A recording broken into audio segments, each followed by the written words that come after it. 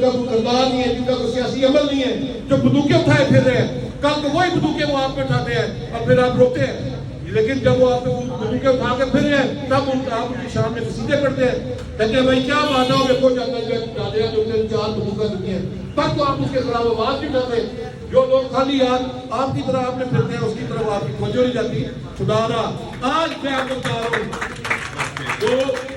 لوگ بھی اس ملک کی تقدیر کو بدلنا چاہتے ہیں، جو لوگ بھی سمجھتے ہیں کہ ملک کی تقدیر بدلنی چاہیے، خدا کے بندو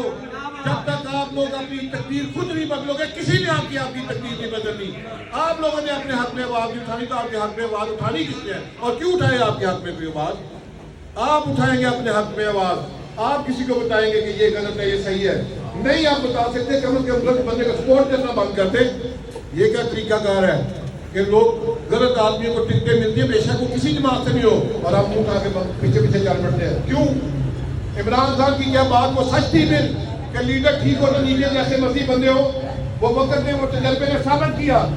کہ بندہ اوپر ٹھیک ہو نیچے نہ ٹھیک ہو، یا نیچے ٹھیک ہو اوپر ٹھیک ہو، ایسے کام نہیں کرتا، سب کو ٹھیک ہونا پڑے گا، سب ٹھیک بندے آئیں گے تو یہ ملک ٹھیک ہوگا۔ خدا را اپنے آپ سے یہ کام شروع کریں، اپنے آپ کا احتساب شروع کریں، اپنے آپ سے یہ بات شروع کریں کہ ہم نے حق سچ کے ساتھ کھڑا ہونا ہے۔ قیامت والے دن اللہ تعالیٰ نے ہمیں پوچھنا ہے کہ تم نے فلاں جگہ پہ تمہیں ایک موقع ملا تھا، تم نے حق سچ کا ساتھ دیا تھا کہ نہیں دیا تھا؟ میری اللہ سے دعا ہے اللہ ہم سب کو اس پہ